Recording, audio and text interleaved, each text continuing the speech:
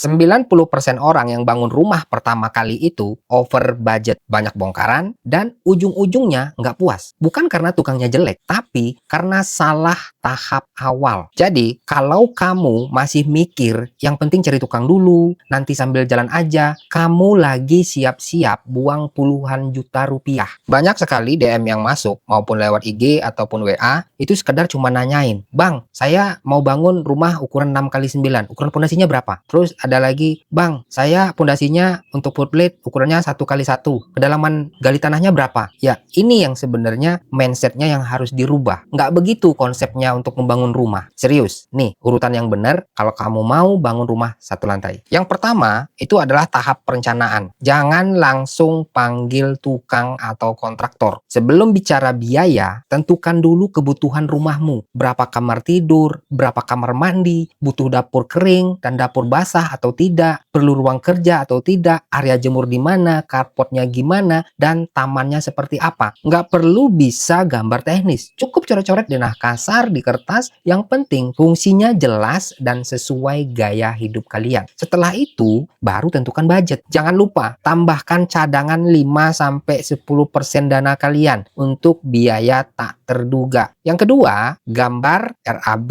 dan perizinan. Nah, kesalahan yang paling sering ini langsung bangun tanpa punya gambar lengkap. Minimal kamu punya gambar arsitektur, denah tampak potongan, kemudian gambar struktur, pondasi, slope, kolom, balok, ring baloknya, kemudian gambar MEP, jalur air bersih, air kotor, titik listrik, titik AC, water heater, dan yang lainnya. Kemudian RAB atau BQ ini supaya tahu detail biaya per pekerjaannya ini berapa. Lalu urus PBG atau IMB untuk legalitas. Lalu persetujuan lingkungan, RT, RW, atau Banjar di lokasi pembangunan rumah kalian itu. Kemudian rencana posisi KWH PLN dan sumber air PDAM atau sumur bor atau tandonnya. Yang ketiga, persiapan lahan dan struktur.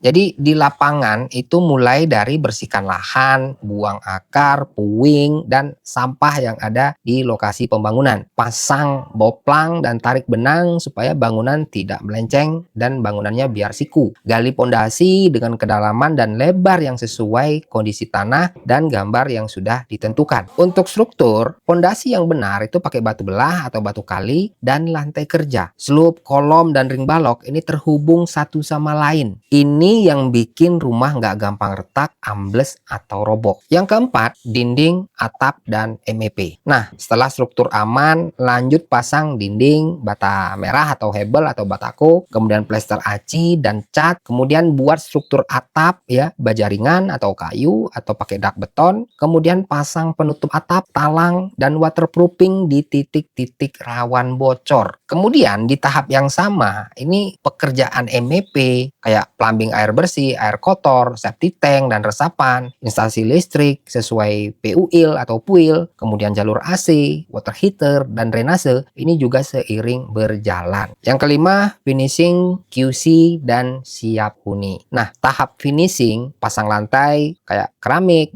atau granit atau vinil ya, kemudian kusen, pintu, jendela, plafon, dan perabot untuk built-in bila perlu, kayak kitchen set ya, wardrobe mungkin kalau memang perlu. Kemudian dilanjutkan dengan pasang saniter kayak kloset, wastafel, shower, floor drain, keran-keran, tempat tisu, dan segala macamnya. Sebelum serah terima, cek dinding, lantai, plafon, pintu, jendela, tes listrik, air, AC, dan kebocoran atap. Lakukan final cleaning, lalu serah terima dengan BAST dan garansi struktur atau kebocoran. Terakhir, isi perabot, aktifkan PLN, PDAM, dan internet, dan lakukan sedikit touch up kalau ada yang cacat minor. So, membangun rumah itu bukan cuma soal cari tukang dan beli material. Ada tahapan jelas dari perencanaan, struktur, MEP, finishing, sampai QC dan siap huni. Kalau kamu mau versi lengkapnya dalam bentuk e-book atau checklist, silahkan cek linknya di bio. Jangan lupa save dan share biar nggak nyesel waktu bangun rumah nanti.